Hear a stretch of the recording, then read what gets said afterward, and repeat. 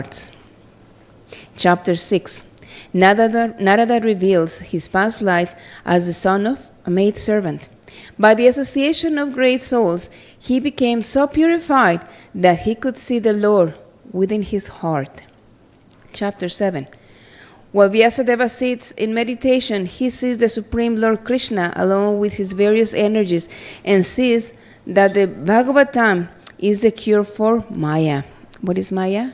Illusion.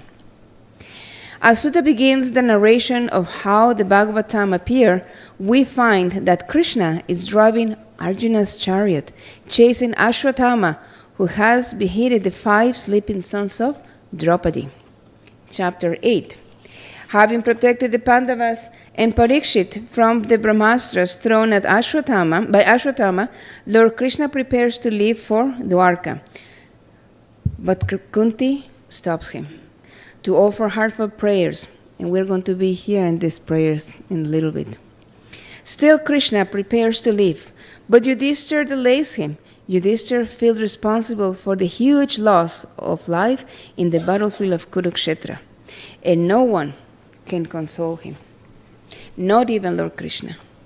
Thus, he cannot perform his duty of ruling the world. Yudhishthira therefore goes to hear the instruction of Bhishma Dev by Krishna's arrangement. Chapter 9. Bhishma Dev is lying on a bed of arrows, waiting for Krishna to come before him as he leaves his body. Bhishma instructs Yudhishthira and glorifies Lord Krishna. Although Bhishma fought against Krishna and pierced him with arrows in battle, Krishna mercifully appears before Bhishma at the time of his death. Chapter 10. As Krishna leaves Hastinapur, the ladies cry, and all the residents, especially the Pandavas, lament in separation from him, their only shelter. Chapter 11.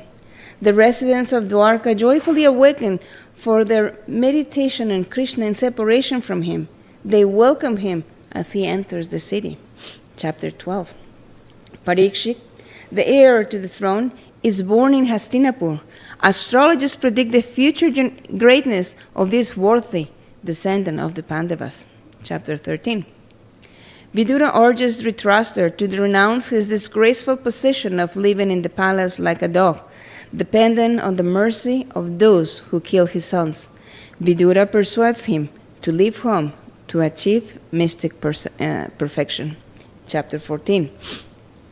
Yudhishthira and Bhima observe many inauspicious signs in Hastinapur while they wait for Arjuna to return from Dwarka with news of Krishna and the Yadus. Chapter 15. Arjuna returns from Dwarka and confirms Yudhishthira's and Bhishma's worst fear. Lord Krishna has left this world. Yudhishthira installed Parikshit as emperor and leaves home. Chapter 16. While touring his kingdom, Parikshit sees a Shudra dressed as a king, beating Dharma in the form of a bull and Bhumi in the form of a cow. Chapter 17. Parikshit prepares to kill Kali, but spares him because Kali surrenders. Chapter 18. Feeling great hunger and thirst, Parikshit becomes offended when Samika Rishi does not notice his arrival. As a token of his frustration, he garlands the sage with a dead snake. Chapter 19. Cursed to die in 7 days by Samika Rishi's son, Parikshit renounces his kingdom and sits beside the Ganges, prepared to fast till death. Many great sages come to be with him. Sukadeva Goswami arrives, and Parikshit accepts him as his spiritual master. So, summary of the first canto. After establishing that bhakti or devotional service of Lord Krishna is the essence of religion, Srila Sutta Goswami describes how Srila Vyasadeva became inspired by Narada Muni to write the Bhagavatam. In this way, the history, not story, history, itihas, of Srimad Bhagavatam is given in this disciplic succession from Krishna to the sages of Naimisharanya is traced. Sutta begins narrating the Srimad Bhagavatam by focusing on how Lord Krishna relates to his dear devotees. Krishna first appears at the chariot driver of Arjuna, protecting the Pandavas and Parikshit from the Brahmastras of Ashwatthama. Then Krishna hears the prayers of Queen Kunti, who begs him to stay in Hastinapur. He next gives Bhishma the opportunity to instruct Yudhishthira and to see him in the time of death. Then he pleases his relatives by remaining with them a few more months. He finally leaves Hastinapur, which plunges his residents into the pangs of separation from him. Entering Dwarka, Krishna reciprocates with the citizens and his wives and children to relieve them from the distress of long separation. Parikshit's birth is celebrated and his glorious future foretold. Dhritarashtra renounces palace life after being so counseled by Vidura. Learning that Lord Krishna has left the planet, the Pandavas install Parikshit on the throne and leave the kingdom. Forbidding a bull and a cow, Kali is checked by King Parikshit, but Kali influences the heart of a proud Brahmana's boy, and the boy causes Parikshit to die in 7 days because King garlanded his father with a dead snake. Parikshit renounces everything, fasts besides the Ganges, and asks Sukha about the duty of a man about to die. Second canto. It talks about yoga processes, the universal form, and their creation. Ayuharati va pumsam udyanastam chiyanaso tasyarte yakshano nita utamashloka vartaya. Both by rising and by setting, the sun decreases the duration of life of everyone, except one who utilizes the time by discussing topics of the all-good personality of Godhead. Srimad Bhagavatam, second canto, 3rd chapter, verse 17. Chapter 1. Regarding the duty of a man about to die, Sukadeva Goswami says that such a person always chants and hears about the Lord Krishna. He then describes the method of meditating on the Lord's universal form. Chapter 2, Sukadeva describes Ashtanga Yoga, whereby a yogi meditates on the super soul within his heart. Chapter 3, Sukadeva then describes the path of worshipping demigods and recommends that everyone worships Lord Krishna, whether he be full of desires or desireless. Chapter 4, Parikshit asks about the creation, and Sukadeva prays to the Supreme Lord for the empowerment to speak about the Lord's pastimes of creation. Chapter 5, Sukadeva relates a story wherein Narada Muni asked Brahma the same questions. Brahma explained that he creates the universe after the Lord creates all its ingredients and impregnates material nature with the seeds of living entities. And Lord Brahma himself says in his Brahma Sanhita, Ishvara Paramaha Krishna Sachitananda Vigraha Anadiradir Govinda Sarvakarana Karanam. The Supreme Personality of Godhead is Krishna, Govinda, who is full of eternity, knowledge, and bliss. Chapter 6. The Purusha Shukta prayer glorifies the Supreme Lord for being simultaneously one and different from his creation. Everything rests on him, yet he is aloof. By meditating on the Lord's universal form and by offering sacrifice with ingredients from the Lord's universal body, Brahma recreates the universe at the beginning of each of his days. The Lord accepts various incarnations. Chapter 7, the Lord accepts various incarnations to maintain the universe, to deliver conditioned souls, to encourage his devotees living in the material world. His pastime provides enjoyable narrations for his devotees to discuss when he is absent. Chapter 8, Parikshit asks questions that establish the philosophical basis of the Srimad Bhagavatam. Chapter 9, Sukadeva answers Parikshit's questions by explaining that all knowledge can be obtained by performing devotional service, just as Lord Brahma did in the beginning of creation. Although ignorant when he appeared from the lotus, Brahma, by the penance of chanting a Krishna mantra, gained knowledge of the Lord, his abode, and the process to create the universe. Thereafter, the Lord spoke to Brahma the Chatusloki, the 4 seed verses of the Bhagavatam.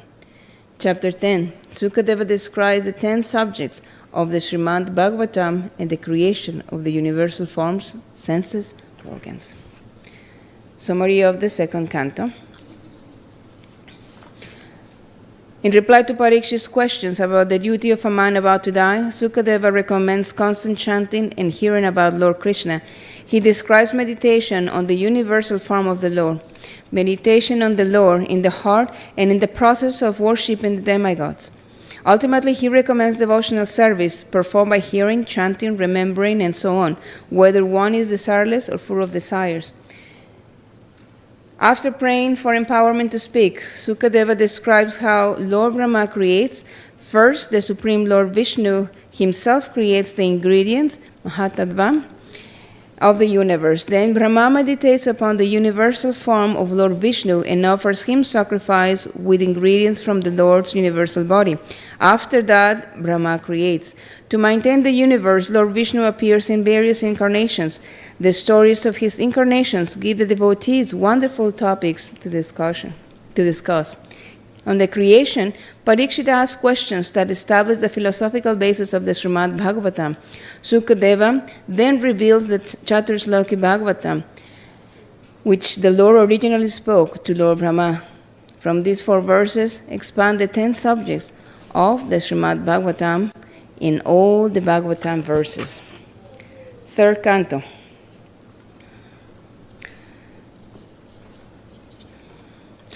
Tvam bhakti yoga parivrita kristaroja ashashruchekshita pato nanu nata pumsam yad yadya ta urugya vivavayanti ta tadvapu pranasya sad anugrahaya. Oh, my Lord, your devotees can see you through the ears by the process of bona fide hearing, and thus their heart become cleansed, and you take your seat there. You are so merciful to your devotees that you manifest yourself in the particular eternal form of transcendence in which they always think of you. Srimad Bhagavatam, 3rd Canto, Chapter 9, Text 11. This book is 30 years old. Chapter 1. When Vidura advises Dhritarashtra to give up his paternal affection for Duryodhana, he is insulted by Duryodhana, and thus he leaves the palace. Vidura takes it as blessing and goes on pilgrimage to seek the Lord's mercy. He meets Uddhava and asks him to describe the glories of Lord Krishna. Chapter 2. Uddhava becomes ecstatic describing Krishna's pastime in Vrindavan. He says, "Who is more merciful than Krishna, who gave the demon Putana the position of his mother, although she came to kill him?" Chapter 3. After leaving Vrindavan, Krishna marries thousands of queens, beginning with Rukmini. And by expanding himself, he simultaneously lives with all 16,108 of them in Dwarka. Chapter 4. After Krishna leaves Dwarka, Uddhava follows him. He sees Krishna sitting beneath the banyan tree, preparing to leave this world. The Lord instructs Uddhava and Maitreya in transcendental knowledge. Krishna sends Uddhava to Badarakshiram with the message and asks him to preach this to the devotees. Vidura meets Maitreya in Haridwar and asks him about the knowledge he received from the Lord. Maitreya explains the Lord's creation of demigods and basic ingredients of the universe. The Maitreya relates how the demigods became frustrated because the ingredients of the universe were not combining. The Lord entered the elements along with time, and then the universal form appeared. Brahma could not understand the creation himself or his lotus, which was being blown around in great circles. But after meditating for 100 years, he saw the Lord lying on Ananta Shesha. Brahma surrendered to the Lord and prayed for the power to create the universe as it was before. The Lord assured Brahma, "Don't worry, all knowledge will be revealed to you from within your heart."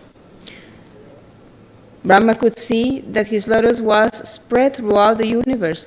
Thus he entered the lotus and created the 14 divisions of planetary systems as residents in different types of beings. Maitreya describes the duration of time from the smallest fraction of the second up to the life to Lord Brahma, who lives for trillions of earth years. Maitreya says that the sun enlivens all living entities with its unlimited heat and light, diminishes the duration of life and all living entities just to release them from the illusory material attachment, and enlarges the path of elevation to heavenly kingdom. When Lord Brahma's sons, the four Kumaras, refused to help Brahma produce living beings, Brahma's suppressed anger caused the birth of Shiva. Brahma could not save the earth, which had fallen into the universal ocean, so Lord Varaha made his advent from Brahma's nostril. Sages enlivened by the Lord's roaring offer praise to Varaha as the object of Vedic sacrifice. Vidura inquires about the demon Hiranyaksha, and Maitreya describes his inauspicious conception by Diti and Kashyapa at twilight. When darkness pervaded the universe because of the power of the demonic twin embryos in Diti's womb, Brahma explained that the two demons were previously doorkeepers in Vaikuntha. Because they offended the Kumaras, they were cursed to become demons. The Kumaras, who were impersonalists, saw the Lord of Vaikuntha, and small the two leaves decorating his lotus feet. They experienced a change of heart and became his devotees. The Lord pacified the Kumaras and explained how himself serves the Vaishnavas, and thus his lotus feet become so pure that they can purify all sins. Hiranyaksha changed Varuna to fight, but Varuna avoided the contest by saying that he was too old and that Varaha would be a worthy opponent. Before fighting with Hiranyakashipu, Lord Varaha rescued the earth from the deepest depths of the ocean, and after sending various weapons at full speed to kill the Lord, Hiranyaksha was easily killed when the Lord slapped him on the root with his ear. Third canto, this is part 2. In the association of pure devotees, discussions of the pastimes of activities of the Supreme Personality of Godhead is very pleasing and satisfying to the ear and the heart. By cultivating such knowledge, one gradually becomes advanced on the path of liberation, and thereafter he is free, and his attraction becomes fixed. Then the real devotion and devotional service begin. Third canto, chapter 25, text 25. I won't be able to cover everything that I want to cover, but I want to summarize just quickly the.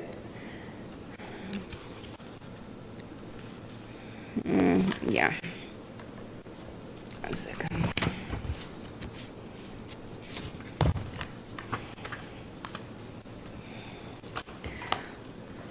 So,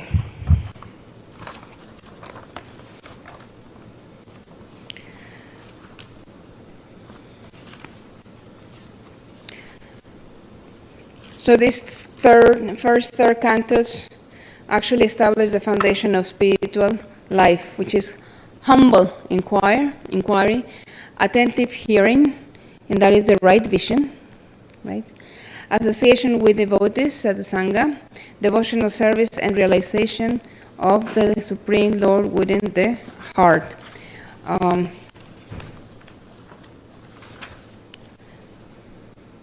Okay. Srimad Bhagavatam, 3rd canto, chapter 25. We find the teachings of Lord Kapiladev. He instructs his mother Devahuti.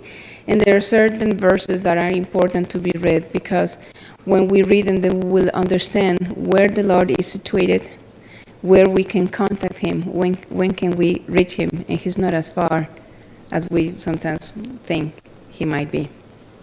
So, because the Canto 3 presents actually these profound discussions, and Lord Kapila teaches that liberation is not merely freedom from suffering, but it's actually an awakening of devotion. That's how we really can start connecting with the Lord. So the power of association, Srimad Bhagavatam, 3rd canto, chapter 25, verse 25. In the association of pure devotees, discussions of pastimes and activities of the Supreme Personality of Godhead is very pleasant and satisfying to the ear and heart. By cultivating such knowledge, one gradually becomes advanced on the path of liberation, and thereafter is freed, and attraction becomes fixed. Then real devotion and devotional service begins. These words are actually by Lord Kapila Dev. Text 26. Thus, consciously engaged in devotional service in the association of devotees, a person gains distaste for self-gratification, both in this world and in the next, by constantly thinking about the activities of the Lord. This process of Krishna consciousness is the easiest process of mystic power. When one is actually situated on the path of devotional service, he is able to control the mind. So spiritual life flourishes through sadhu sangha, from hearing and saintly association, then faith develops, and attachment to Lord Krishna and bhakti awakens. Then from the chapter 29, text 13, a pure devotee does not desire liberation, mukti. The devotee seeks only service. Text 21. I am present in every living entity as a super soul.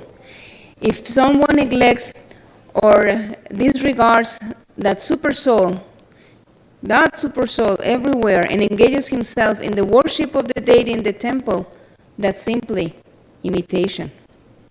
Text 22. One who worships the deity of Godhead in the temples, but does not know that the Supreme Lord, as Paramatma, is situated in every living entity's heart, must be in ignorance, and is compared to one who offers oblations into ashes. 23.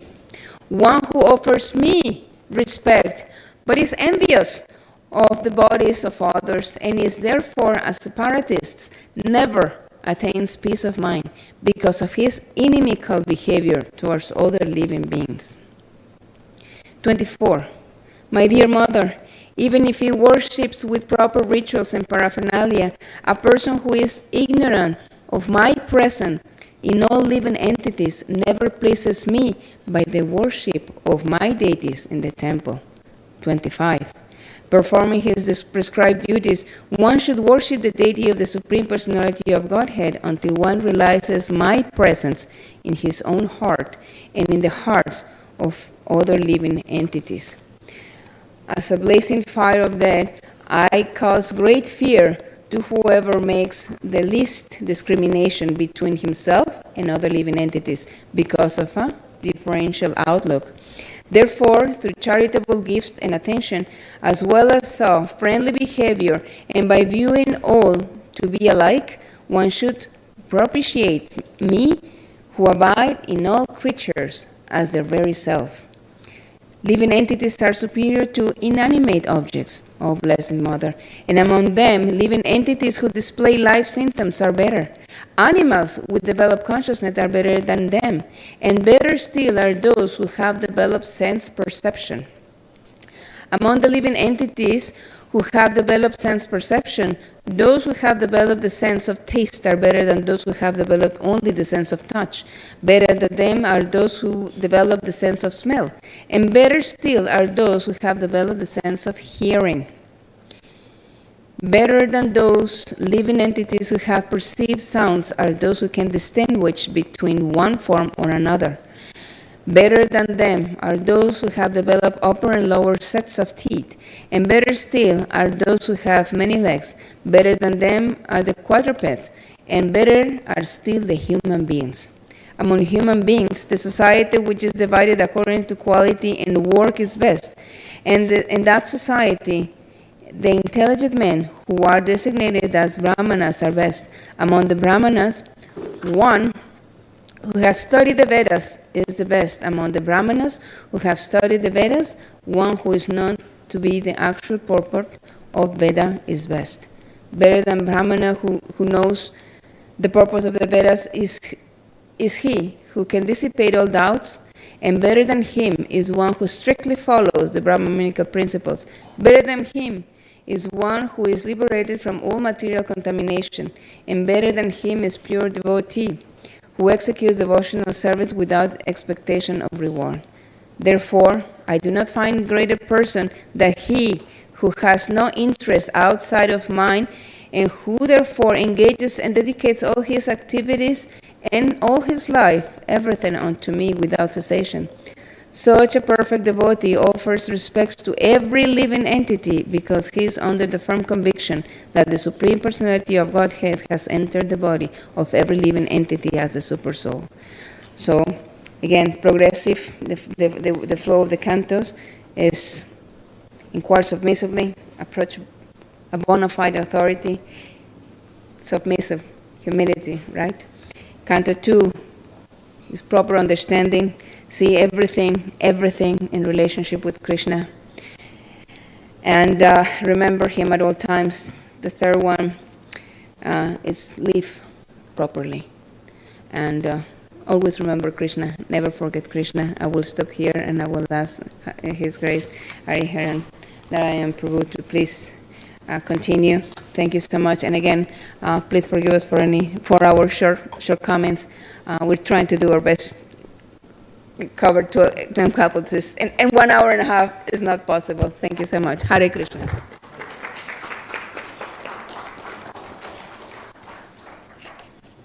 Thank you, Prabhu. Do you need any of these? No.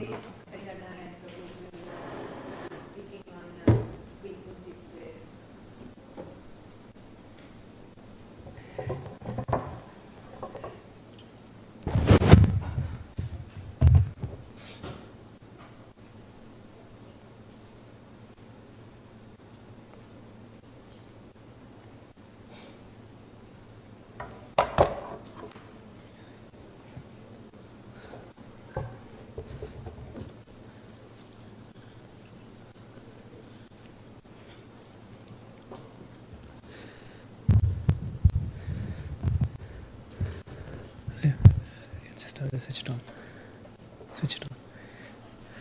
Om Namo Bhagavate Vasudevaya. Om Namo Bhagavate Vasudevaya. Om Namo Bhagavate Vasudevaya.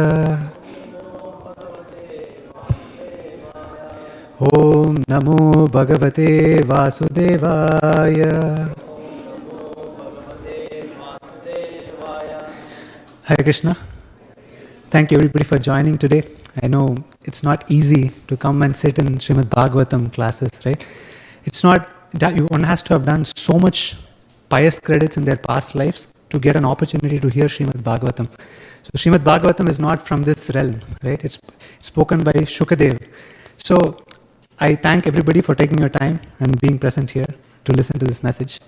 So I'll start with the importance of hearing Srimad Bhagavatam, right? I think Mataji, she actually threw atom bomb at us, like completely condensed the entire 3 cantos into like 30 minutes. Thank you so much, Mataji. But if you start reading Srimad Bhagavatam on your own, you would have probably spent close to 3 years to get to this point. So Mataji has summarized everything in this and then given you in like 30 minutes. So Srimad Bhagavatam has to be relished, as Mataji said. So in Srimad Bhagavatam itself, the first canto, first chapter, 3rd shloka, it said, Nigama kalpataror galitam phalam shukamukhatamrtadrava samyutam pibata bhagavatam rasamalayam muhuraho rasvika bhuvivavuka.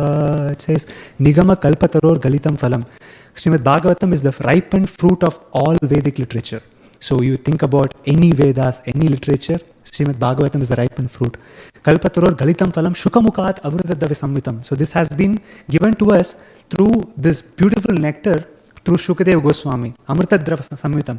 Pibata Bhagavatam rasamalayam. So Bhagavatam says you should not hear Bhagavatam, you should actually drink Bhagavatam. So how would one drink Bhagavatam? We cannot drink Bhagavatam, right? So it's like using the ears and then hearing as much as possible, let it go to the heart, right? So that's the crux of Srimad Bhagavatam. And Srimad Bhagavatam is like also says what normal people do and what astikas or people who are interested in this message should do. So there's a verse in Srimad Bhagavatam says, Bile bato urukrama vikramanye na shrinvatam karnapute narasya. So it says, if you see, have you seen snake holes? Like when snake gets into a hole, there is a big hole, but you cannot put your hands in it because the snake will come and bite you, right? It's completely useless. The hole is just to get the snake in. Just like that, we also have ear holes. And if you don't put Srimad Bhagavatam in, na shrinvatam karna pute narasya, what? Urukrama vikramanye, about the glories of the Supreme Personality of Godhead, then that is considered to be like a snake hole, right? And then he says, Jihva asati dardurika eva suka. He says, the tongue is like asati. Asati is like a prostitute if it doesn't talk about the glories of the Supreme Lord or Krishna. And it's like dardurika eva suka, just like how a frog just croaks, right? Is there any purpose of the frog croaking? The only purpose is to get the snake come and eat the frog, right? That's the purpose of the frog croaking, but it still croaks. So the way we are talking, it doesn't make any sense unless we glorify the Supreme Personality of Godhead. Now, chopa gayanti urugaya gatam. So we should all try to sing the glories of the Supreme Personality of Godhead. So I was thinking about talking about Kunti Maharani's prayers. So this comes in Srimad Bhagavatam, Canto 1, Chapter 8, texts 8:15 to 43, right? So I'll just go through it and then we can discuss about this, right? So the reason why I picked this is because Srimad Bhagavatam is an ocean. And if you see, we cannot spend much time and understand what each of this is. But if we spend our time understanding how devotees of the Supreme Lord approach the Supreme Lord, then we will get that motivation to get this quality in us to approach the Supreme Lord, right? So Kunti Maharani here, does anybody know who is Kunti Maharani? Right. So she's the mother of Pandavas. But there is another angle. So you know Kunti Maharani is also the aunt of Krishna. Right? So Kunti Maharani's brother was Vasudev, right? So Kunti Maharani was the aunt, paternal aunt of Krishna. So Kunti Maharani, this crux, where this happens is the war of Mahabharata is done. So the Pandavas have won.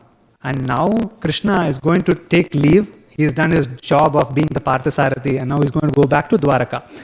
So at this time, Kunti Maharani is coming and saying, "Oh Krishna, your association was so blissful to be with you. So, but I'm not so prepared to leave, so that you're going to leave." In that mood of separation from Krishna, she's going to sing these prayers, right? It's so wonderful. Srila Prabhupada has written an entire book on this, right? So you cannot do justice to this. It will take 7 days at least minimum to give a seminar on this. But I'll try to give as much as possible in this given short time, right? So Kunti Maharani is, if you think about it, Kunti Maharani is elder to Krishna, right? But you will see in these prayers, even though she is elder to Krishna, her mood, her attitude, and the way she approaches Krishna is going to be very interesting, and it gives a perspective, right? Kunti Maharani was present when Krishna was present. Duryodhan was present when Krishna was present. Karna was present when Krishna was present, right? They saw Krishna, but did they actually see Krishna? Only the devotees saw Krishna. So what is that which makes a devotee see Krishna and a non-devotee not see Krishna, even though Krishna was physically present, right? So that Kunti Maharani will talk about it. So I'll briefly go over, there is like 15, 18, 25 verses in this entire section. It's good. I will recite this. If you hear the Sanskrit, it's good for you as well, like to hear the mantras here. But Kunti Maharani, in short, there are 7 themes here which Kunti Maharani is going to impress upon, right? So the first one, so you'll think about this. Kunti Maharani is elder to Krishna and she's singing this. She's singing Kunti Uvacha Namasye Purusham Tvadyam Ishwaram Prakritev Param Alaksham Sarvabhutanam Antarbahiravastitam. She says, Namasye Purusham Tvadyam Ishwaram Prakritev Param Alaksham Sarvabhutanam Antarbahiravastitam. So, just to connect this, do you know what Vedic month we are all in? Do you know what month this is? It's called Adhik Mas, right? So what's special about Adhik Mas? So Adhik Mas happens once in 3 years, right? So it's actually to match the solar and the lunar calendars so that the months align. So Adhik Mas is very auspicious and it's called Purushottam Mas, right? It's the month which belongs to Krishna himself. So here Krishna, Kunti Maharani says, Namasye Purusham Tvadyam. So Krishna, Kunti Maharani is not addressing Krishna as my nephew, right? She's not addressing him as like an elder and then talking to Krishna that way. She's saying Purusham. So the word Purusha in Sanskrit, if you etymologically see what Purusha means, it's called Puryate iti Purusha. He who completely encompasses everything is called a Purusha. So Krishna has been called a Purusha. Namaste Purusham Tvadyam Ishwaram Prakritev Param. Alaksham Sarvabhutanam Antarbahiravastitam. She's saying, Krishna, you are the one who is present inside and outside, and there is nothing besides you. So this is somebody who is elder to Krishna talking about Krishna's glories, right? Krishna is, there is nothing within and without. There is everything is Krishna. That's the crux here. And this is what Krishna is, who really is. And then she says, Maya Javanika Channam Ajnadokshajam Avyayam Na Lakshase Mudadrisha Nato Natyadaro Yata. Then why do people not see Krishna? So I told like why Duryodhan didn't see Krishna, but Kunti Maharani saw Krishna. She's explaining here. It's because Maya Javanika Channam. Javani is like a curtain. And this curtain, there is a curtain of illusion called Maya.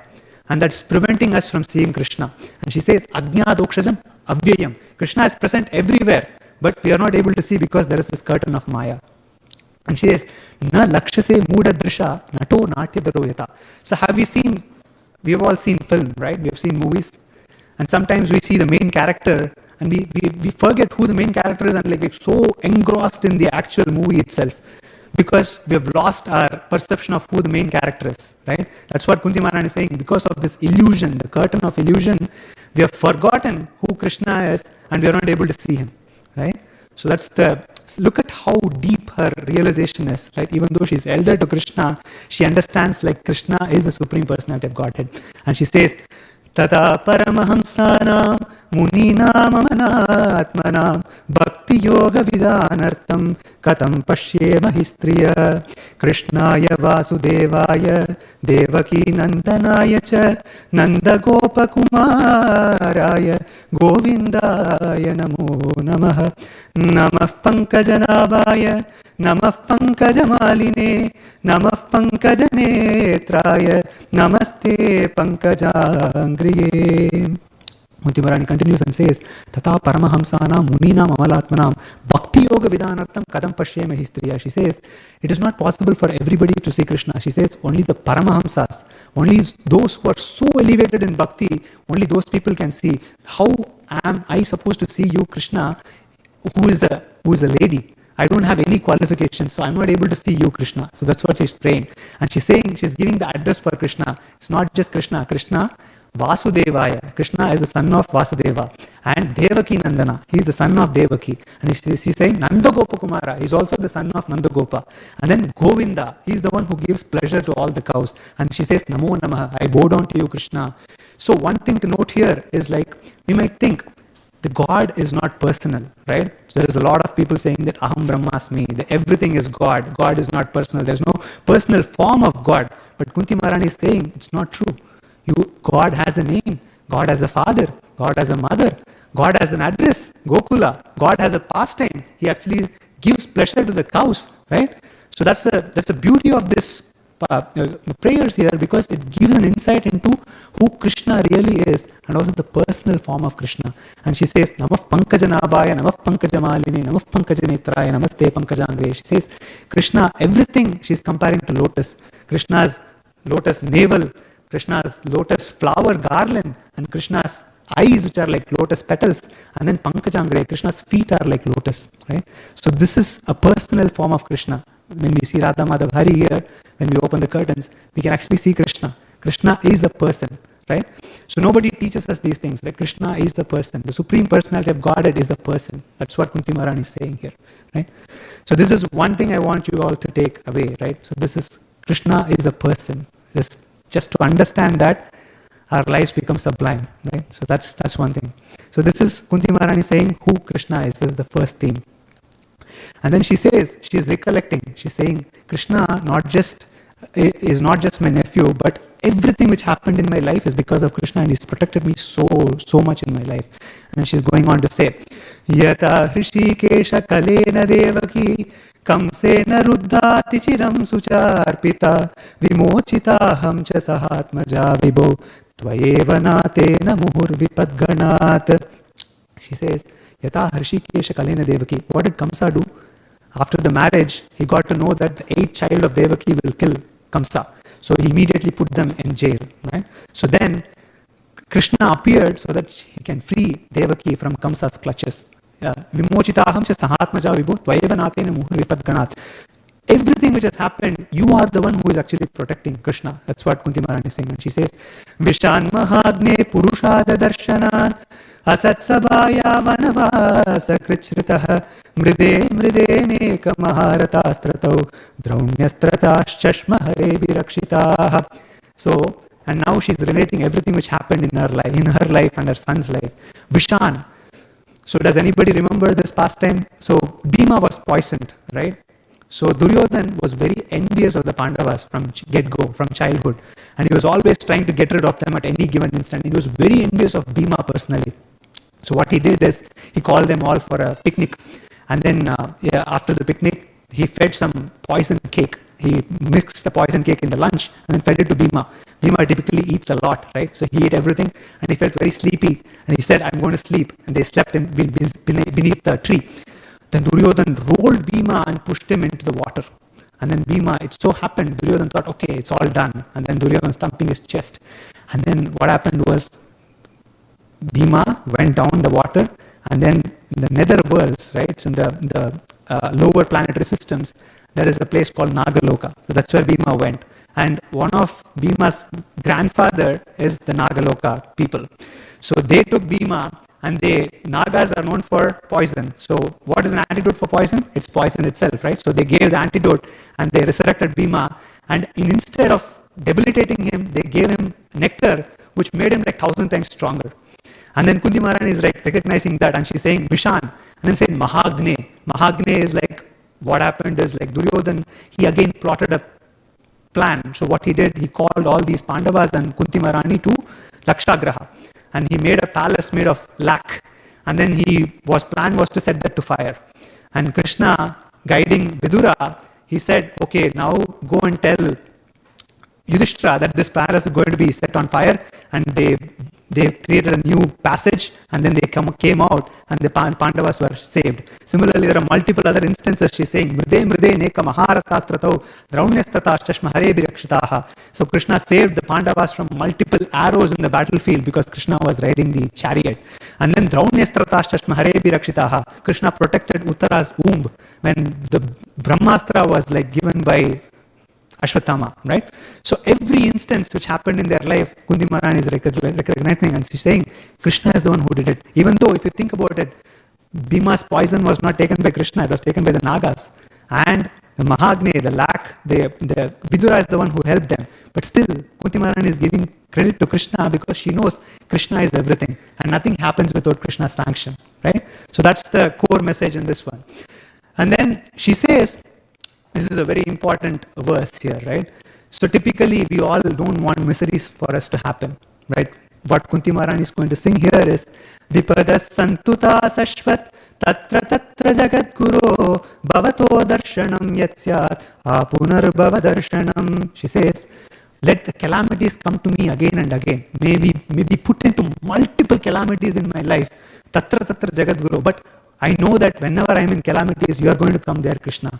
If that is the case, put me in calamity. Bhavato darshanam yatsyat apunar bhava darshanam. Just seeing you, the glory is that I will not be born again. So let me be put in as much calamities as possible, is what Kunti Maharani is praying. Would we or anybody pray like this, right? This only comes from that level of bhakti, right? So Kunti Maharani is in a very elevated state, and she is praying to Krishna that put me in more calamities. So one beautiful pastime in the Srimad Bhagavatam in Canto 8, so where Gajendra, have you ever heard about Gajendra? So Gajendra, he went to have a playful mood with his friends. He was an elephant. And then he was caught hold by a crocodile. And he was not able to get his foot away. And he was like, I don't know what to do. He was trying everything. And how many of you know Surdas here? Surdas? Right? Netrahin Surdas. So he sings, Chara prahar yudha bayo naigayo majdare nakakana luban lage nakakana luban lage Krishna ko pukare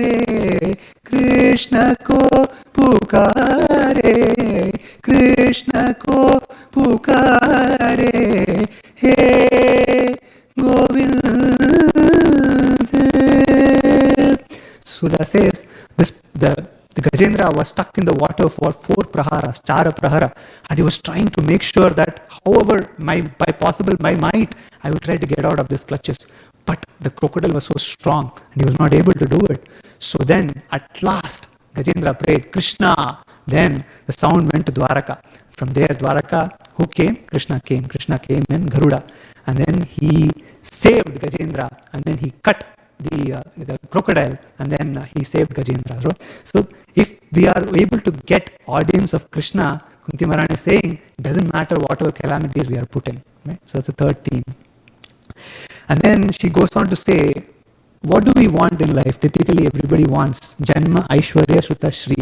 Janma is high parentage, Aishwarya is wealth, Shruta is high learning, and then Shri is like all auspiciousness. This is typically what we want, right?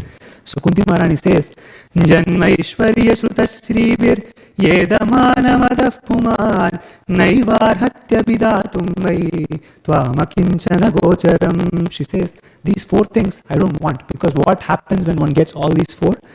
Edamana madaf puman, then pride increases. Then one's pride increases. So don't give me these things. Tvam akinchana gocharam. Krishna, you are the wealth of akinchana. Kinchana is something which we have. Anything, which small thing we have is called kinchana. Akinchana is not having anything. So if one does not have anything, then it's called Krishna is such a person's wealth, is what Kunti Maharani says. She says, Namo kinchana vittaya nivritta guna vrittaye atma ramaya shantaya kaivalya pataye namaha. Krishna is Namo kinchana vittaya. So those who don't have wealth, Krishna is their wealth. Right? So that's Kunti Maharani's praise. That's the 4th theme. And then she says, Krishna is impartial. So we might think, okay, there are people who are wealthy, people who are very healthy, and people who are poor, and people who are sick. Is Krishna truly impartial then? Right? So that might be our question. So Kunti Maharani says, no, Krishna is impartial. She says, Manye tvam kalamishanam anadi nidanam vibhum samam charantam sarvatra bhutanam yanmita kalihi naveda kaschid bhagavam chikirshitam taveha manasya nrinam vidambanam nayasya kaschid daitosti karhichit dvesya cha yashmin vishamamatir nrinam. She says, Manye tvam kalamishanam anadi niranam vimum samcharantam sarvatra bhutanam yanmitakali. She says, Krishna is equal to everybody. Krishna is not partial to anybody, and the partiality which people perceive is because of their own mental conception. So this is very deep. We have to go deep into Bhagavatam to understand these things. So this is because everybody has their own quota of karma. So because of their karma, one is poor, one is rich, one is healthy, one is sick. Right? So that's what is the reason, and Krishna is not being partial to anybody. In a sense, he is actually extremely happy with everybody, and he wants everybody to come and attain him. Right? So that's the impartial Lord and the divine paradox. Why is the paradox? Because she says again, Janma karma cha vishwatman ajasya karturatmanah tirya nirhriya dashu tadatyanta vidambanam gopya dade tvayi kritagasidamat yate dasashu kalinanjana sambramaksham vaktram niniya bhavabhavanaya stitasya samam vimohayati bir apiyad bibeti. She says, so Krishna, Mataji quoted a verse from 2nd canto of Srimad Bhagavatam. It says, Ayur harati vai pumsam udayan astamancha ennasau yasmak sharo nirnita uttama shloka vartaye. So everybody's life is completely diminished with every sunrise and sunset. Right? If a day goes, we are all getting older. What does it mean? We are all getting closer to death. Right? But Krishna, it said in the Srimad Bhagavatam that Madbhayad vati vatoyam Vayus charati madbhayat, Varshat indra dahad dagnir, Mrityus charati madbhayat. So Krishna said, Mrityus charati madbhayat. Even death is afraid of Krishna. That's Krishna's nature, right? So we are all afraid of death, and death is itself afraid of Krishna. But then Krishna, what does he do? When Yashoda Maya is threatening him, he's afraid, and he's actually crying when Yashoda Maya is about to bind him to the wooden grinding mortar, right? So that's paradoxical. If death is afraid of Krishna, Krishna is afraid of Mother Yashoda. How is that possible? Because Krishna is that Supreme Lord. He relishes this divine loving mellows with his devotees, right? So that's the paradox. And then I'll just go through this quickly. Theme 6 and theme 7. I'll just walk through the So Krishna appears. Kunti Maharani says, Kechidahurajam jatam punyashlokasya kirtaye yado priyasyanvavaye malayasyaiva chandanam apare vasudevasya devakyam yachito bhyagat ajastvam asmakshemaya vadaya cha suradvisham bharavataranayanye bhuvo navaivo dadau sudyanti baburi barena jato hyatma bhuvartitah भवेस्मिन् कृष्यमानाना अविद्या काम कर्मभिः श्रवण स्मरणार्हानि करिष्यन्निधि केचन शृण्वन्ति गायन्ति गृह्णन्त्यभीक्ष्णशः स्मरन्ति नन्दन्ति तवेहितं जनाः त एव पश्यन्त्य चिदेन तावकं भवत्प्रवाहो परमं पदाम्बुजम्. So Kunti Maharani says, why does Krishna appear? He appears, one, because he wants to appear and glorify the kings like Yadus, like the Malaya kings, right? And then the second reason he comes is to actually relieve this earth of burden. There are so many demons and all these people who are creating a ruckus in this world, so he wants to relieve the world of that. And then the primary reason he comes is to establish the glorious pastimes which people can remember and relish in their own mind. Shrimanti, Gayanti, Grananti. You can hear, you can sing, and then you can meditate on these glorious pastimes. That's why Krishna appears. And then I'll end with the last verse of this. It's a very interesting verse. So Kunti Maharani says, Tvai me ananya vishaya matir matapate sakrit radimudvagatat adha gangai voga mudanvati. So all the rivers, just like how all the rivers go into the Ganga, just like that Kunti Maharani says, my thoughts are so diversified at this point.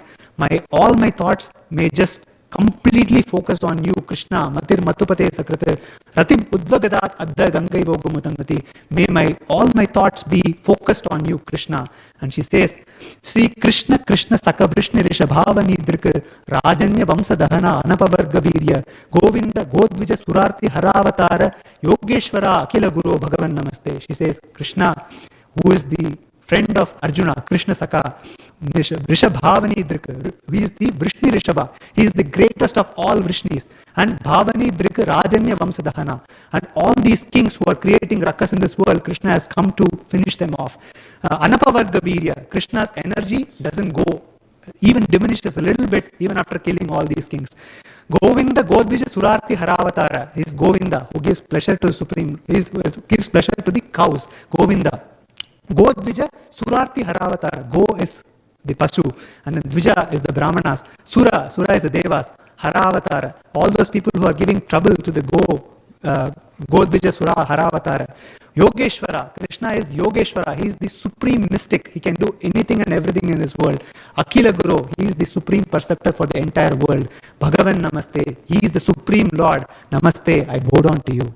So with this beautiful verse of Srimad Bhagavatam, I would like to end my lecture here. Thank you so much. Hare Krishna.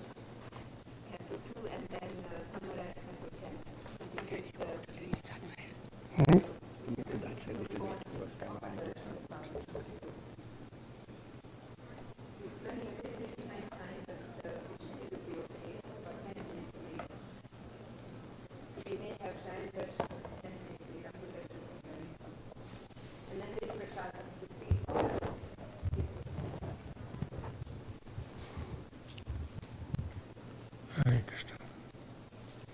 Thank you. Om Namo Bhagavate Vasudevaya. Om Namo Bhagavate Vasudevaya. Om Namo Bhagavate Vasudevaya.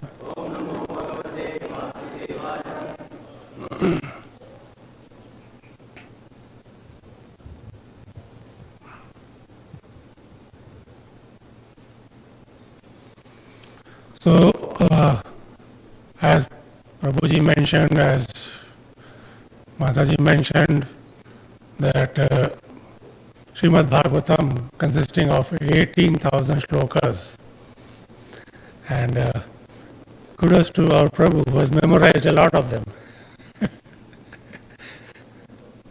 And not only is memorized, he knows the deep meaning of all those verses.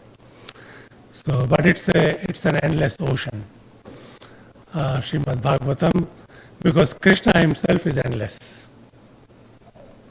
So, in Srimad Bhagavatam, second canto, 10th chapter, there is a shloka that Shukadeva Goswami is saying, Atra sargo visargascha sthanam poshanam utaya manventara ishanukatha nirodho muktirashraya. So in Srimad Bhagavatam there are 10 divisions of statements regarding the following: the creation of the universe, subcreation, planetary systems, protection by the Lord, creative impetus, the change of Manus, Manvantara, the science of God, returning home back to Godhead, liberation, Mukti, Ashraya. Ashraya, supreme shelter. Supreme shelter is who? Krishna. So we are talking about Atra Sargo. Sargo means creation. Creation of the ingredients of the universe. Mahavishnu creates the elements, senses, sense objects, the mind and the demigods. So the ingredients of the element, and then Visarga is the secondary creation. Secondary creation is the job of Brahma. And after the interaction of the ingredients created by Mahavishnu, Lord Brahma creates. It's like just like giving all the ingredients for a building, cement, bricks, glass, everything, the engineers, and then they put the workers to work to construct a skyscraper. So Brahma's role is that of an engineer. Sthana. Sthana is the planetary systems where place has been given to the living entities to reside. So that is the right situation for the living entities to obey the laws of the Lord and live peacefully. Krishna has provided you with everything, because everything is provided by Krishna, because everything belongs to Krishna. And our job is basically to glorify the Lord. To glorify the Lord and to be always in the service of the Lord. So if we are always in the service of the Lord, we are engaging in the loving devotional service to the Lord.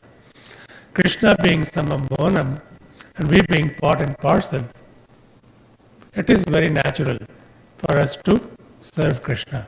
Because anything and everything that is happening or that has happened or that will happen is by the supreme will of the Lord only.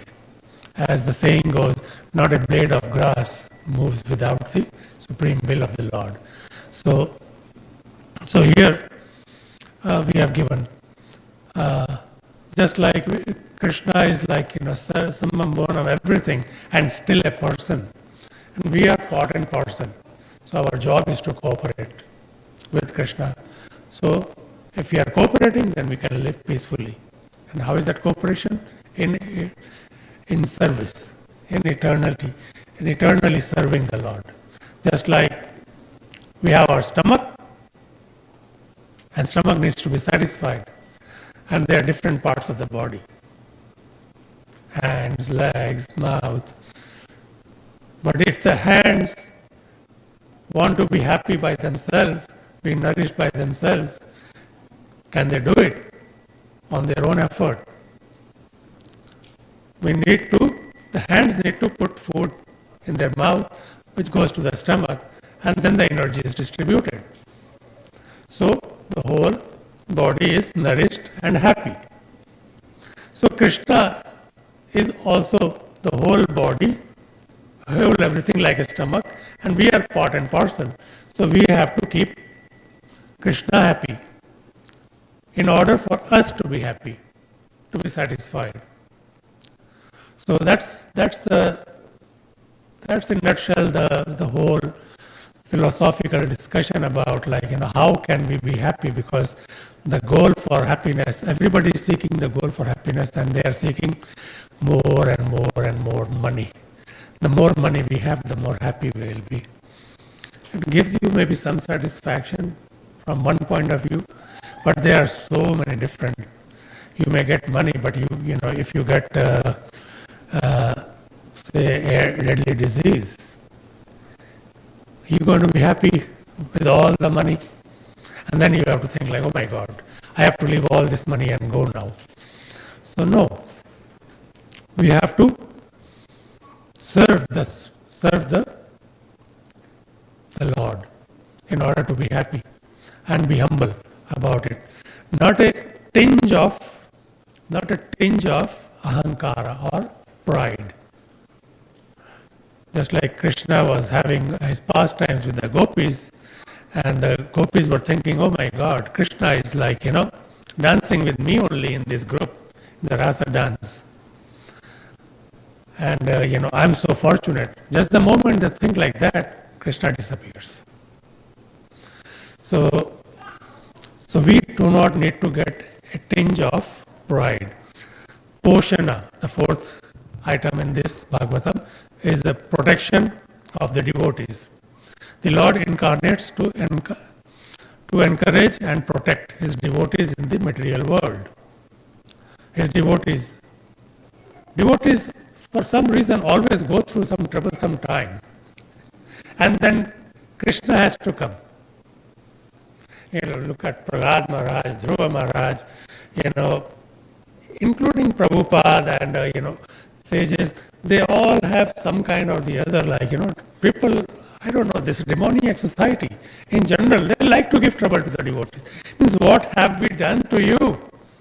What have the devotees done to you that you are, bent upon giving trouble to some people like this, who only mean your good? But in one sense, then Krishna comes and he protects them. Even still, the society, they don't understand, Hiranyakashipu and, Uttanapada or whatever, they like to give trouble to devotees, and Krishna likes to help. Means Krishna is everywhere, so we don't have to think that Krishna is born, grows. Of course, he shows like that. The life cycle of himself also is displayed by Krishna. But it is not necessary for him to go through that. He can do that. He can just manifest himself here, right now, right away. Because Krishna is in everything. So for him to manifest, not a problem. So, Uti, creative impetus. For the conditioned souls, the desire for fruitive work is the impetus. So, he has created and he's also given them responsibilities. You work for me and you will be happy. But what do? We work for ourselves. Because we want to gratify our senses and be happy in this material world. But all our efforts end up in frustration. We may try, sometimes we get limited success, but then something else is associated with it that does not give you the satisfaction. But if we dedicate the same success to Krishna, then we'll be happy. We earn money and we dedicate money for constructing Krishna's temple, for glorifying Krishna by doing charity to the saintly people who can travel from town to town, village to village, glorifying the Lord. That's service to the Lord also. If we are unable to glorify properly,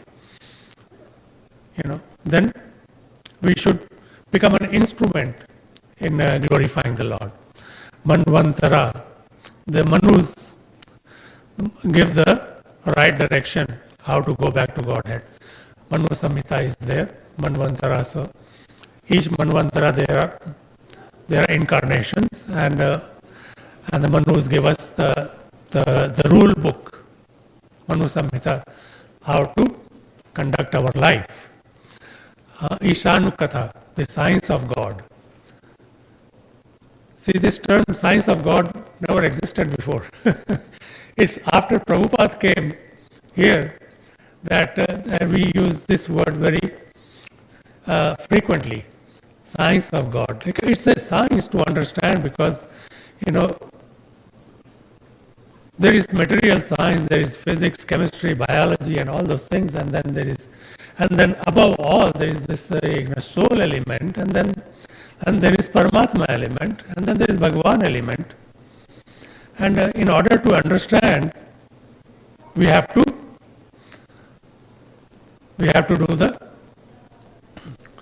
understand the science of God, and science of God comes from the rishis, from Srimad Bhagavatam. From Srimad Bhagavatam is the book, the biggest book in science.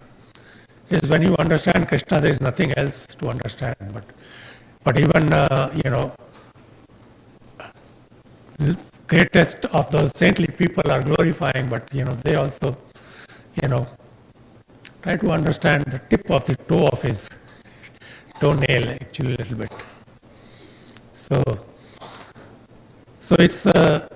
it's not easy, but it is, nevertheless, it's a journey. One has to put oneself in this journey in order to understand the Lord. Because here we are talking about the 10th element, Ashraya, the supreme shelter, and all other things are related to him. All other things are related. And the supreme, and then the Nirodha, annihilation, everything is temporary. Earth is temporary, other planetary systems are temporary. Only thing permanent is Krishna. Because he created everything, and there is a lifespan for everything. Earth became habitable after billions of years, maybe, okay? We don't know. But sometimes material scientists and all, they try to do some calculations and do some estimations and say that it took. But who is going to verify those facts? There is no way one can verify these facts, okay? We can see these things, and yet say the scientists, they say they deny God, that there is no God. Okay, they see all the sun, moon, the nightly bodies, everything, planetary systems, how perfectly they are working. In order for this rascal scientist, Prabhupada used the words rascal scientist. He sees that in order to even have the car run, you need a human being, human touch, an engineering arrangement, and then the driver in order to make the car run. And you think the whole cosmos, whole creation, whole universes are running perfectly without some intelligence? So we have to understand and relate ourselves that we are at the mercy of the Lord every single moment, and every single moment of our life should be dedicated to the Lord in order to have that relationship with God. And that relationship, once it is established, then we find out what is the way we can worship Him, what is the way we can love Him, what is the method by which we can love Him. Because that is the ultimate goal, love of God. Loving Him is the ultimate goal. This is like Sambandha, Abhideya, Prayojan. Prayojan means the ultimate goal. Ultimate goal is the love of God, to attain the love of God, to develop that relationship. And what the Prabhupada has given, not Prabhupada, Chaitanya Mahaprabhu has given, he is none other than Krishna himself. He has given that, a very simple method to show us how to love God. Hare Nama, Hare Nama, Hare Nama Kevalam, Kalo Nasti, Kalo Nasti, Kalo Nasti, Eva Gatiranyatha.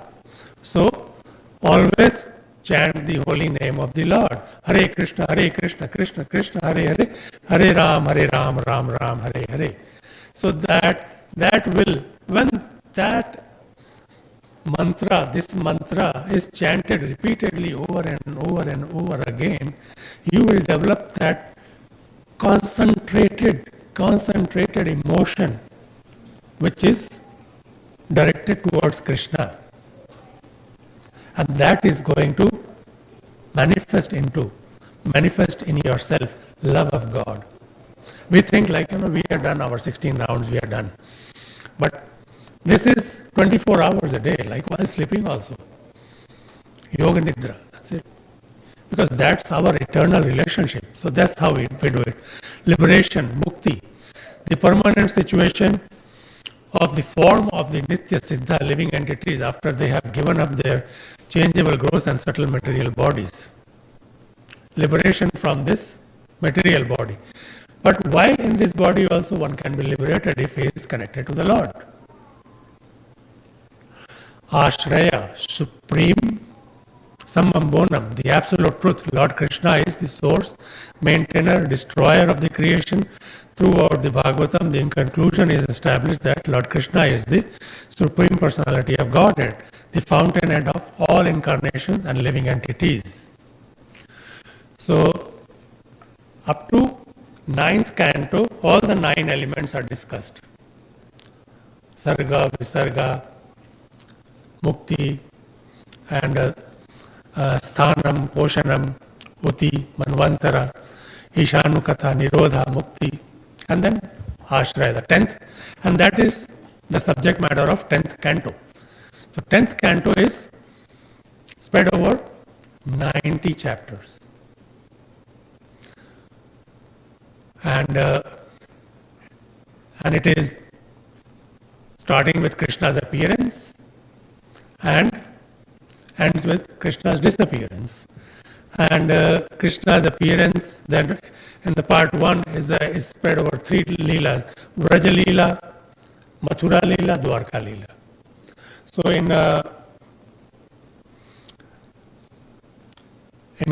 Vraja Leela, Krishna is like, it is mentioned that in this verse here, Tava kathamritam tapta jivanam kavibhir iditam kalmasapaham Shravana Mangalam Srimad Atatam Bhuvi Grinanti Ye Bhurida Janaha. The nectar of your words and the descriptions of your activities are the life and soul of those suffering in this material world. These narrations transmitted by learned sages eradicate one's sinful reactions and bestow good fortune upon whoever hears them. These narrations are broadcast all over the world and are filled with spiritual power. Certainly those who spread the message of Godhead are most munificent. So who is spreading the message of Krishna? Srila Prabhupada, Chaitanya Mahaprabhu, who is not different than Krishna himself. And as Prabhu was saying, like, Kunti Maharani is saying, again and again may the calamities come upon me, so that again and again I may have your divine presence in my life. So that's how one has to have that humble approach. So Krishna is born like on that Janmashtami day, the 8th day of the Krishna, the Krishna Paksha. And he's born in Mathura, in the jail cell where his parents were kept by the king Kamsa. Everybody knows the story, right? Not going to go into detail because this itself will take like, few hours. So, and then he's miraculously transferred because all the locks and everything open up, and he gives the inspiration to Vasudev, his father, to take him to Gokula, where Nanda Maharaj is there, and exchanging for their child. And that's what happens, and then, then he is, conducting his, Leela, in Vraja Leela, he is killing demons like Putana, Bakasura, and, Agasura, and others, like many demons he kills. Okay? They were all sent to kill him, but he in turn kills them, delivers them rather. He gives an exalted position to Putana of that of a mother. So he's so merciful that even in his killing, he is bestowing mercy. Kansa is then finally killed when that's the Mathura Leela, starts with Kansa asking for Nanda Maharaj to bring, sends Akrura to bring Krishna and Balaram and arranges a Malya Yuddha or wrestling match, using his very tough. And Krishna and Balaram kill them just like that. And then Krishna kills Kansa and establishes Ugrasena, his mother's father, as the king of Mathura. And meanwhile, Jarasandha is Kansa's father-in-law. And he attacks Mathura, and he attacks it for 17 times. But again and again the people of Mathura were facing all this calamity. So Krishna decides that let me prepare something safe for my people. So he builds a city in the ocean. And that whole thing is called Dwarka. And before he does that, there are also pastimes of Krishna with Radharani, with gopis and everything. These are very confidential pastimes. It's not easy for people. He was supposed to speak today, but I think something held him back because not everybody is at that exalted devotional stage where they can understand. People may look at it at those pastimes like very very superficially and tend to copy those things that Krishna does it, so why can't I do it? So without understanding the deeper meanings of those pastimes. Can we lift Govardhan Hill? No, on our little finger, but he did it. Krishna did it, right? Why don't we copy that? Because we can't, right? But we are very eager to copy his Rasa Leela. So one should understand we are not. We cannot imitate. We can follow on the footsteps, cannot imitate even our acharyas. We can follow in their footsteps. It's not possible. It is not good also to imitate somebody. Okay? So that's when, and then there are pastimes in his, with the Yashoda Maya about this is Purushottam, and we sing Chora Astakam. Chora means he was stealing butter and everything. And why would he steal anything? Everything belongs to him anyway. So, Maya Mori Man Nahi Makhan Khayo. Is he speaking the truth? Yes, he is. Because it belongs to him only. Where can he steal from? But those are the pastimes that give him pleasure. And the gopis, they derive pleasure by giving incentive to Krishna that Krishna, maybe tonight he is going to come to my house and steal butter and eat from my butter pot.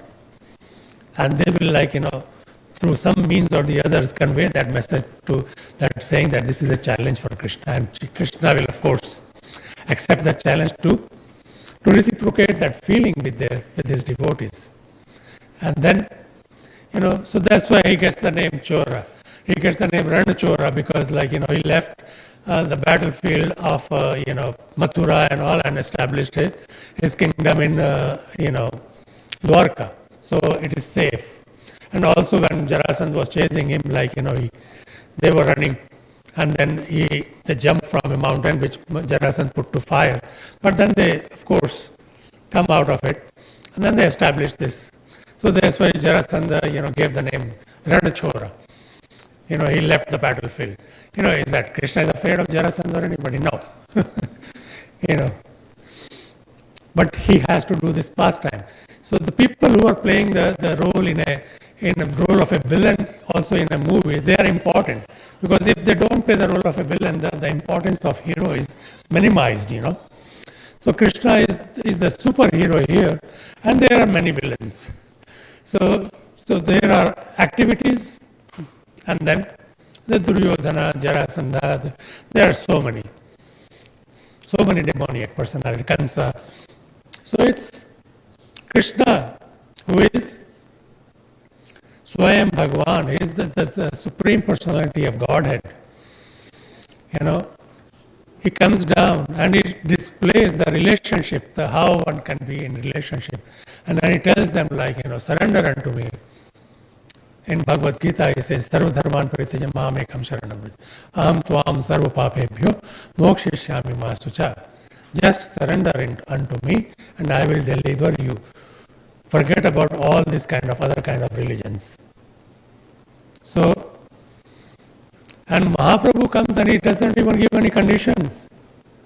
He says, just chant the holy name and get into loving relationship with Krishna. Surrender will have to happen automatically. So that's the thing about, there are so many leelas like, Brahma Vimohan leela, like where Brahma is bewildered by Krishna. When Krishna was, having a picnic with his friends and Brahma comes and this is Krishna, they're calling him the Supreme Personality. Let me see. So he steals all the calves and the friends and takes them, hides them in a cave. And then, he turns around because Brahma's one moment is like a year on earth. So he turns around and he sees Krishna still playing with all those calves and boys, his friends. So then he surrenders.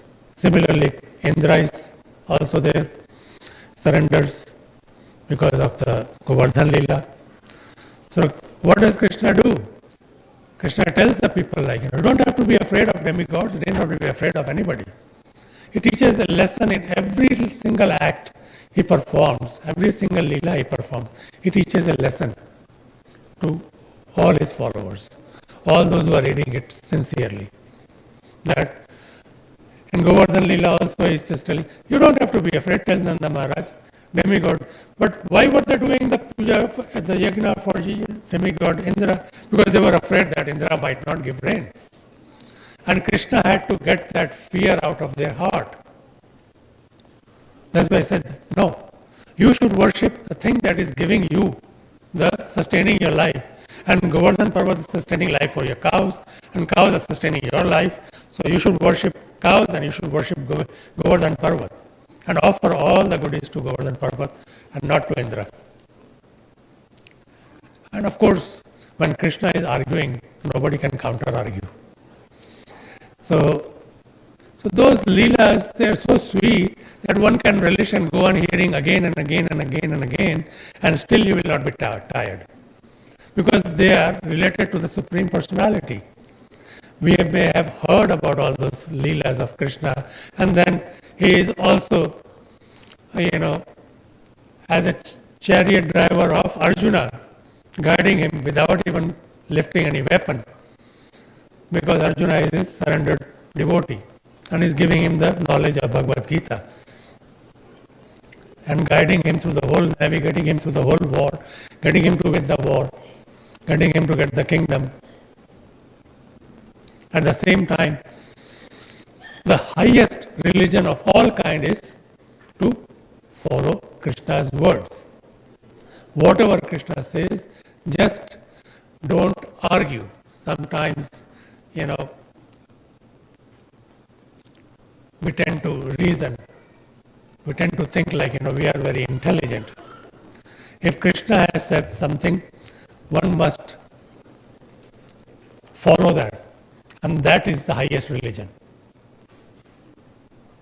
Manmana bhava mad bhakto madhyaji mam namaskuru. Mameva shashi yukta vaibam atmanam mat parayanaha. Always think of me, always worship me. I will deliver you from this material world if you are surrendered unto me.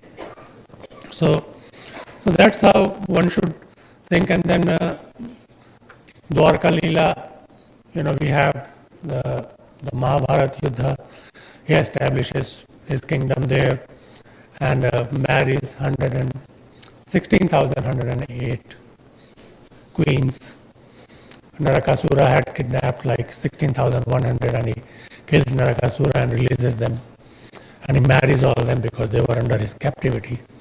expands himself to that many forms. Then 108 also, starting with Rukmini Devi, Satyabhama, Jamavanti, Kalindi, and others. And then there are, what are the ways by which, the highest form of bliss is experienced? Highest form of bliss is experienced is in the Vrajalila only. When he is having the gopis and unconditional gopi, Krishna is playing on the flute, and the gopis are getting attracted and coming, abandoning their husbands, their father, mother, everybody, and they come to engage in Rasa Leela with Krishna. So that is called Parakiya Rasa, Mahabhava. Radharani, Mahabhava, and then the devotee in the form of Krishna's wives, they are Swakiya Rasa. There are different rasas, and highest of them all is Parakiya Mahabhava, which is the relationship between Radha and Krishna. Mahabhava is the seat of Srimati Radharani, and with that, Krishna is performing all the Leelas, and we have to understand that the love of God that we are seeking, it is going to come to us through the mercy of Radharani. Therefore, repetition Radharani by Hare Krishna. Hare means Radharani. So we are petitioning Radharani that, oh, energy of the Lord, oh Radharani, please engage us in the loving service of the Supreme Personality of Godhead, Krishna. So with this, I'll wind our today's recitation, and it is a very detailed subject matter that one needs to go and the easiest way to go without having to go through the shlokas and everything is to read Prabhupada's Krishna book, where everything is described in very simple way, and that you can finish in in about a month's time. I mean, if you read 2-3 chapters a day also, it's doable, and you will get all the rasas from that.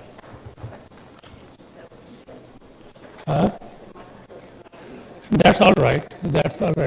That's the nine other methods that we have given. That's a systematic method of reading, because we start with Krishna's feet.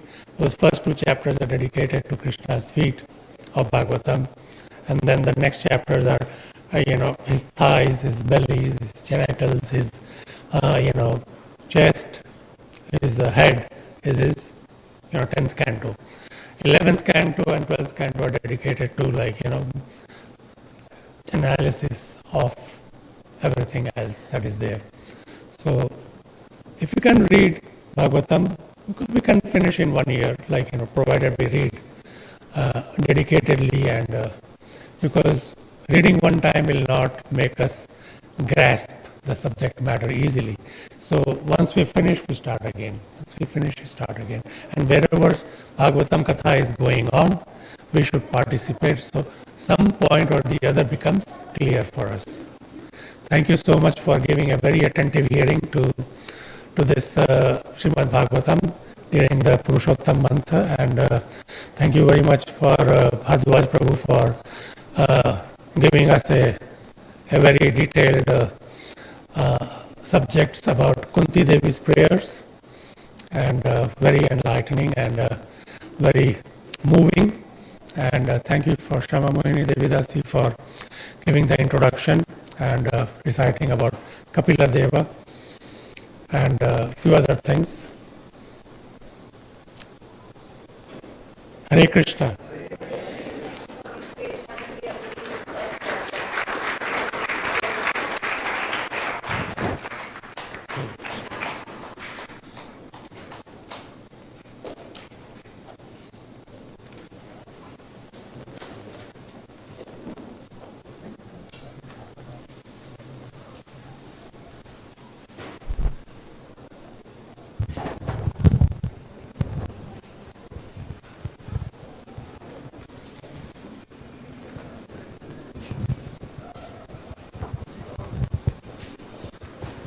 So the Aarti is almost over.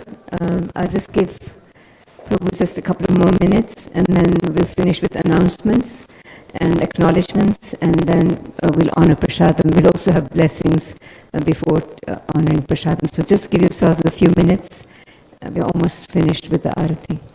So this is the Shayan Darshan. We earlier had Day Darshan, and now is Shayan Darshan of our deities without any garlands and so forth.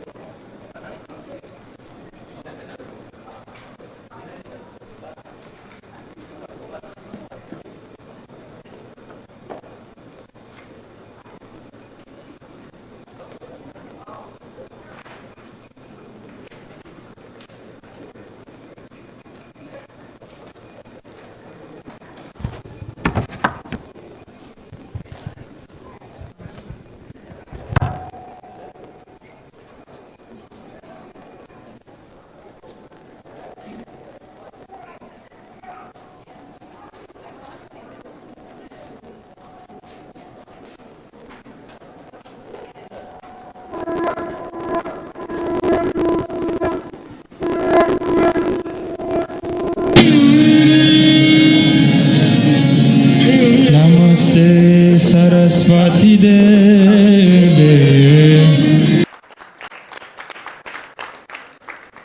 We also have this katha available in Hindi. We could have, at another time I was requested that, we could do it in Hindi, so down the road, but we need more than an hour and a half to recite or at least say something more concise from Srimad Bhagavatam, so we'll see that in the future. And a big thank you to our sponsors. Please also give them a big round of applause, Sonia and Gagan Verma and family. We have some garlands for the family. Please come and receive some Mahaprasad. Before we give the blessings, we have some malas. Please, Mataji, yahan aayenge? Mataji, Prabhu, pick up the malas. And your sons as well, please. Mataji, yahan hai. Prabhu. So this is Gagan Prabhu, this is Sonia Mataji. And the two sons here, unko bhi pehna do. Oh, yeah.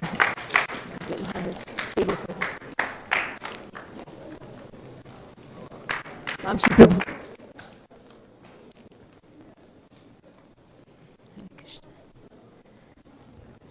And a small gift for you. And I also have some Pavitra Malas for you all. For Prabhu. Oops. Mataji. And these are from Mayapur. Thank you.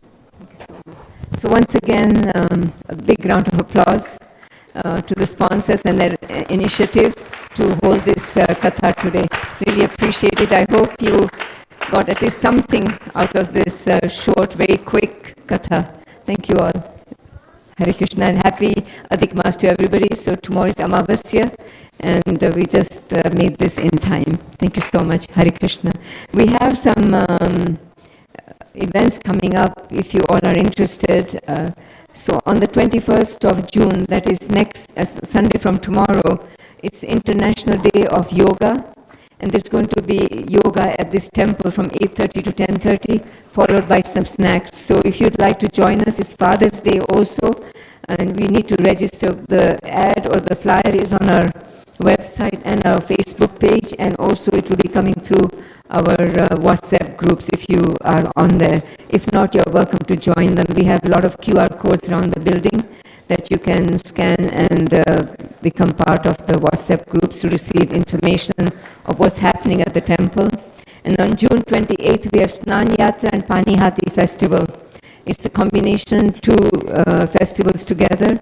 And this morning, our Vaishnavis got together and painted some pots that are displayed on the table here. And we have some more pots to display. And these are the pots we are going to be putting in Chappan Bhog for Lord Jagannath's Snan Yatra. We'll be offering 56 items, and there's a nice class and celebration on that day, on 28th. So 21st and 20th are both Sundays. The international yoga is from 8:30 to 10:30 in the morning, but the Snan Yatra and Panihat is our usual Sunday feast time, which starts at 5 o'clock with Arati, followed by the program and Prasadam.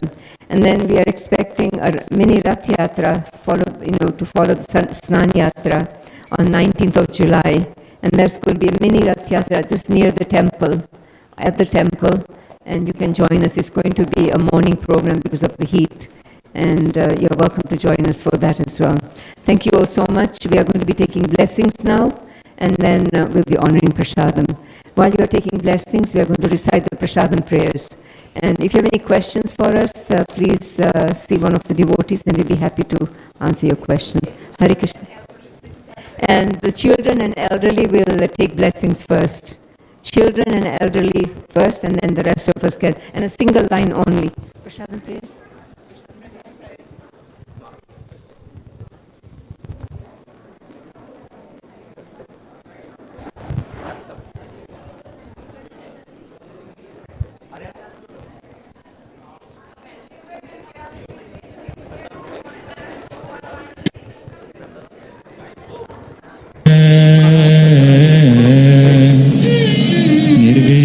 नमो ब्राह्मणे वैष्णवे स्वल्पपुण्यव्रतं राजन् विश्वासो नैव जायते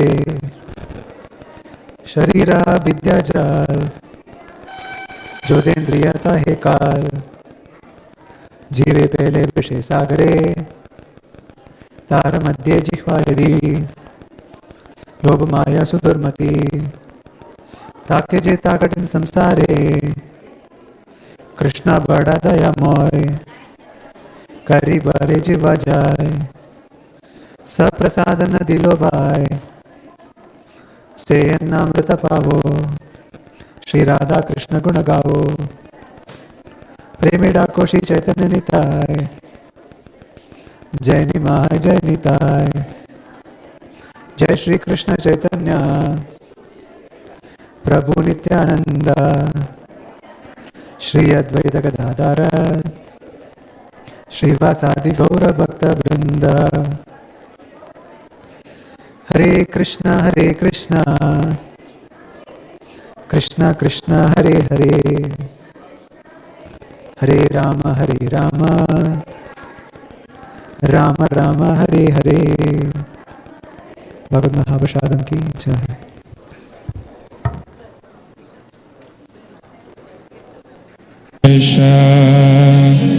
शून्यवादी पश्चात्यादिशतरिणे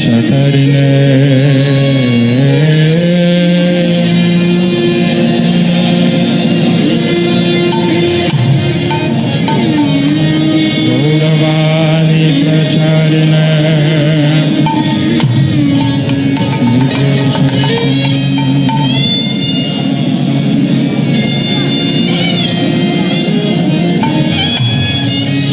जय श्री कृष्ण चैतन्य प्रभु नित्यानंद श्री अद्वैता गदाधर श्रीवासदि गौर भक्तवृंद।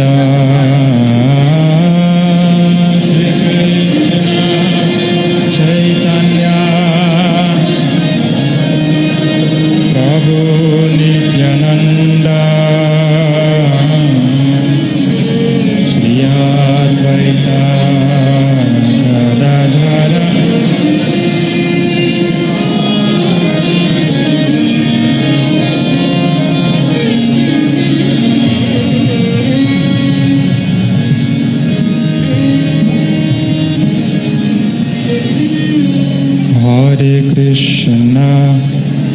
हरे Krishna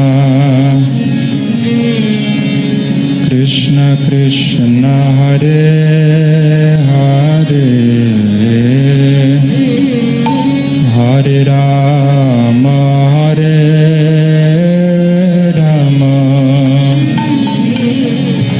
Rama Rama Hare Hare Hare Krishna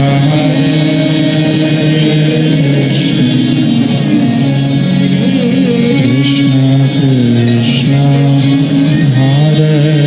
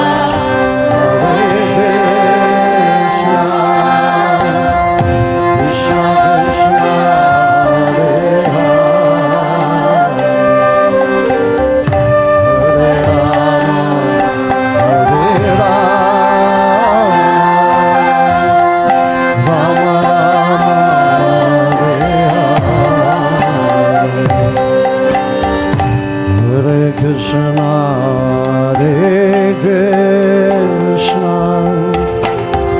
Krishna Krishna, Hare Hare, Hare Rama, Hare Rama, Rama Rama, Hare Hare. Hare Krishna, Hare Krishna, Krishna Krishna, Hare Hare, Hare Rama, Hare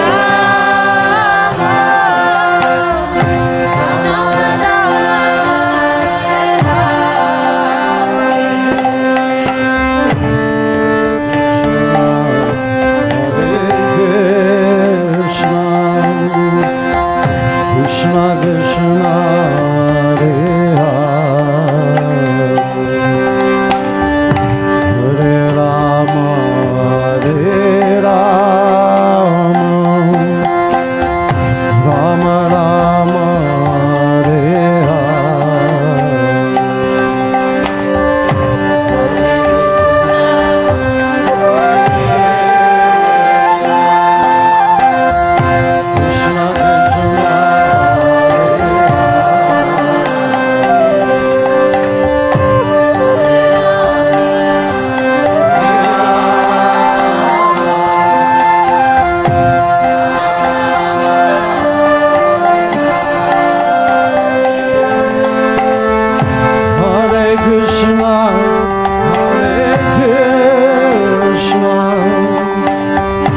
Krishna Krishna, Hare Hare, Hare Rama, Hare Rama, Rama Rama, Hare Hare.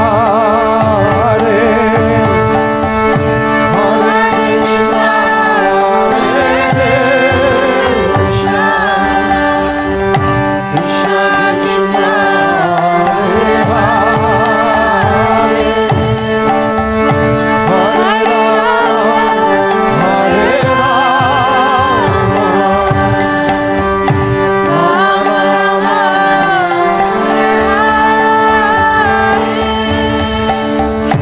Hare Krishna, Hare Krishna, Krishna Krishna, Hare Hare, Hare Rama, Hare Rama, Rama Rama, Hare Hare,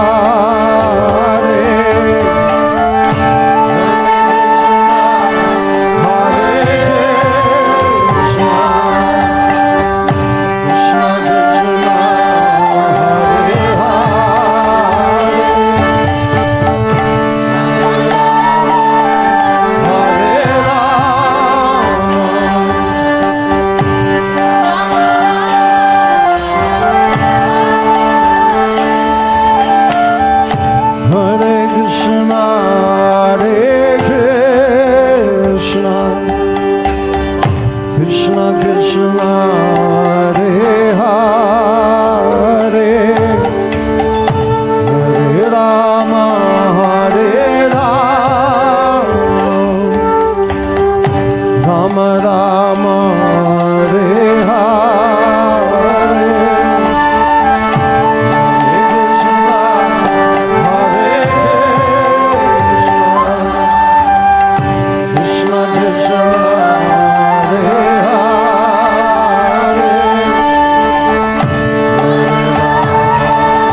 Hare Rama, Hare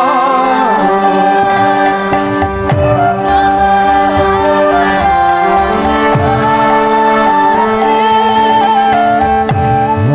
Rama Rama, Hare Hare, Hare Krishna, Krishna Krishna, Hare Hare,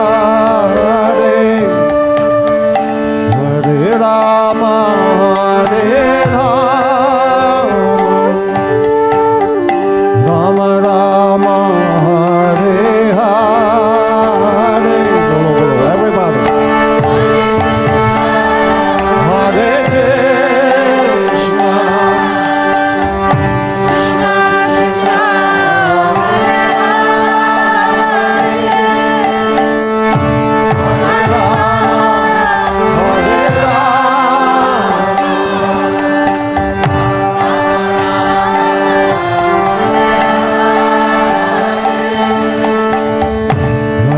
Krishna, Hare Krishna,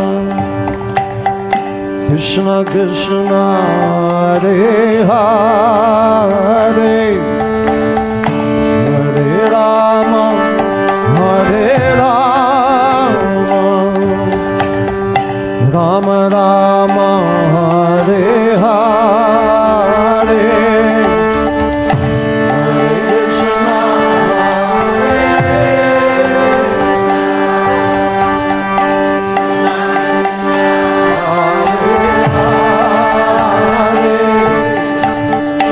Hare Rama, Hare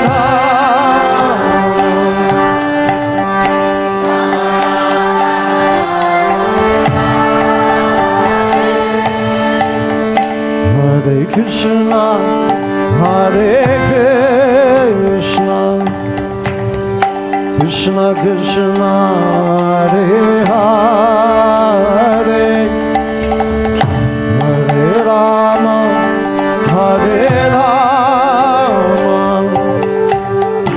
Rama Rama, Hare Hare, Hare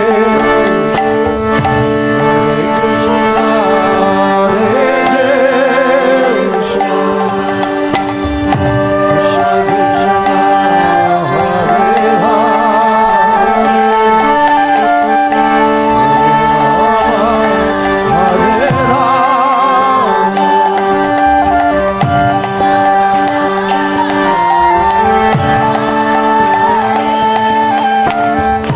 Hare Krishna, Hare Krishna, Krishna Krishna, Hare Hare, Hare Rama, Hare Rama, Rama Rama, Hare Hare. Everybody, real loud, please.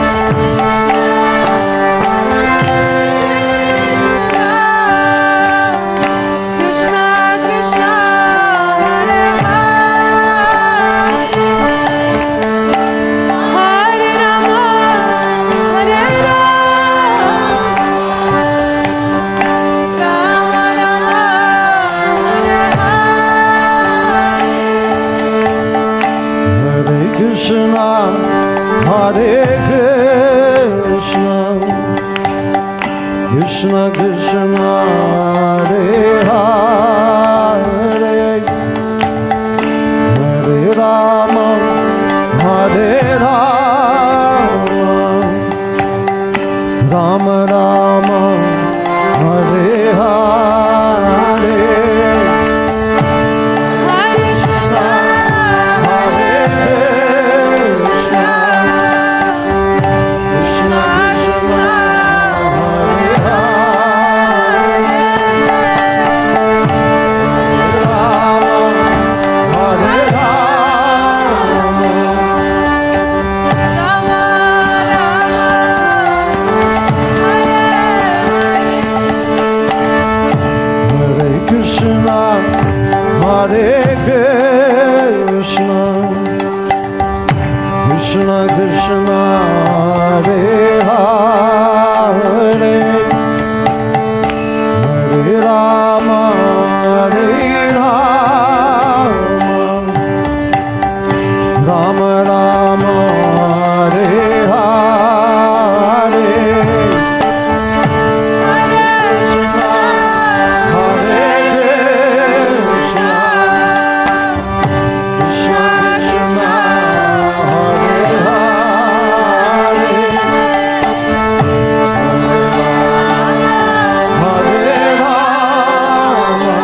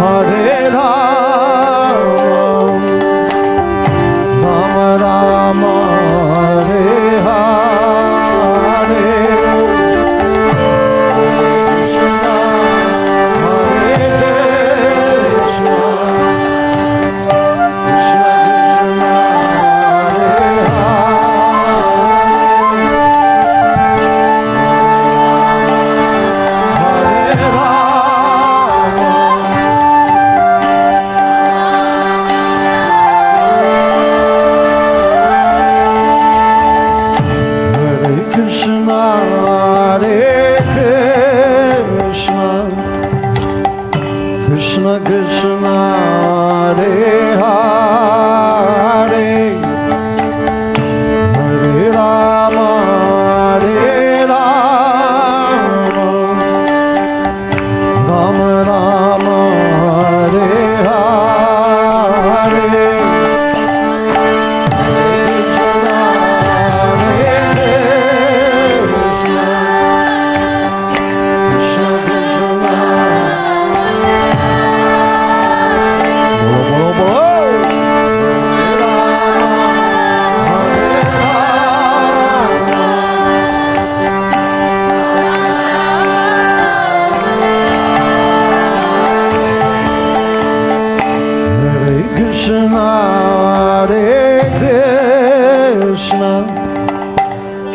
Krishna Krishna, Hare Hare,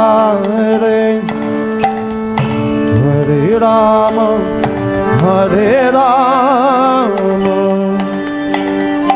Rama Rama, Hare Hare, Hare Krishna, Hare Krishna, Krishna Krishna, Hare Hare, Hare Rama, Hare Rama,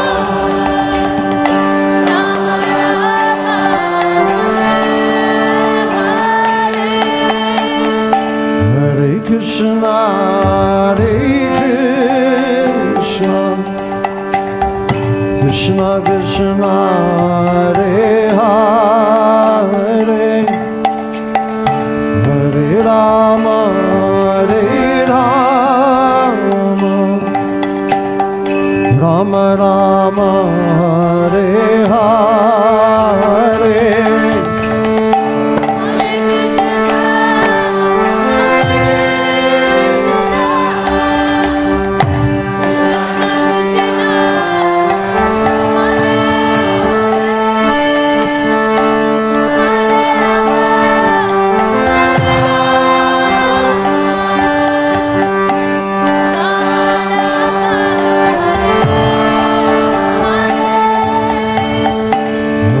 Krishna, Hare Krishna, Krishna Krishna, Hare Hare, Hare Rama, Hare Rama, Rama Rama, Hare Hare.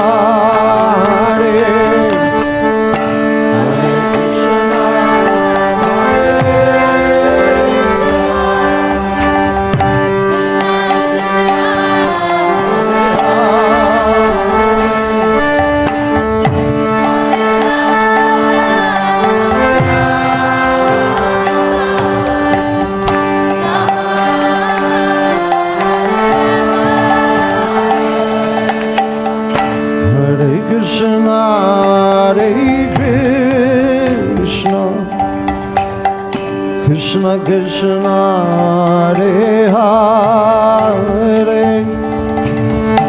Hare Rama, Hare Rama, Rama Rama, Hare Hare, Hare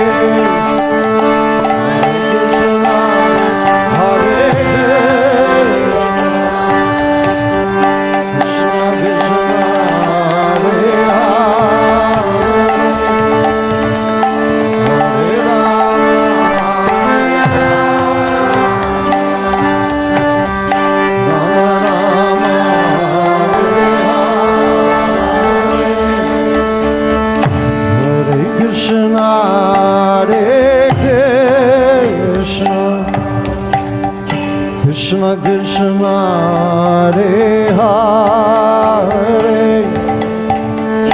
Hare Rama, Hare Rama, Rama Rama, Hare Hare,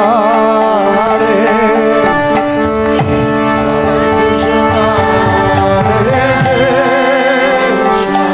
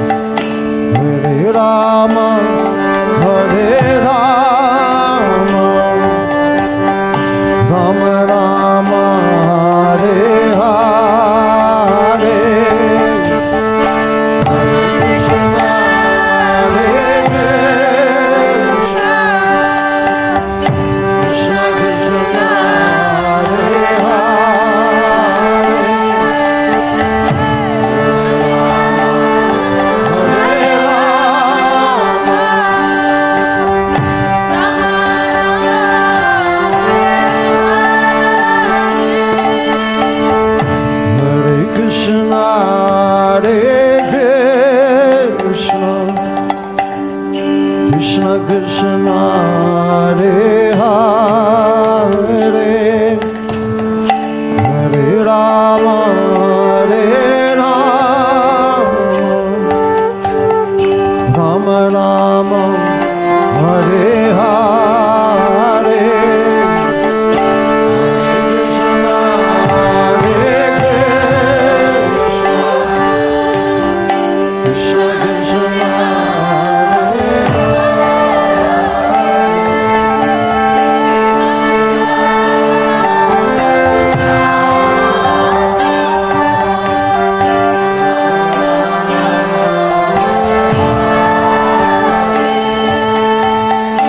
Hare Krishna, Hare Krishna, Krishna Krishna, Hare Hare, Hare Rama, Hare Rama, Rama Rama, Hare Hare. Everybody, real loud.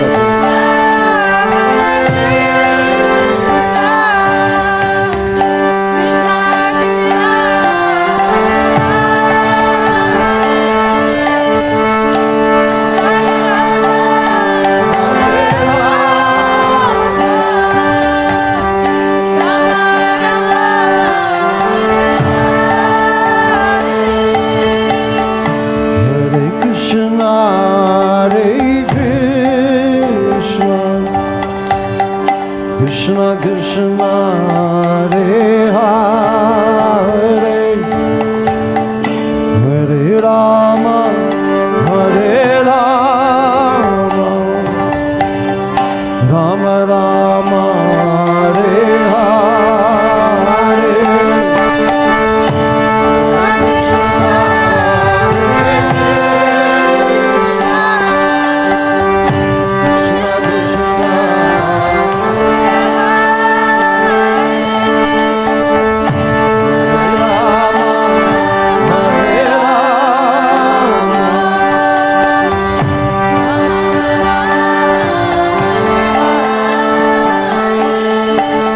Hare Krishna, Hare Krishna, Krishna Krishna, Hare Hare.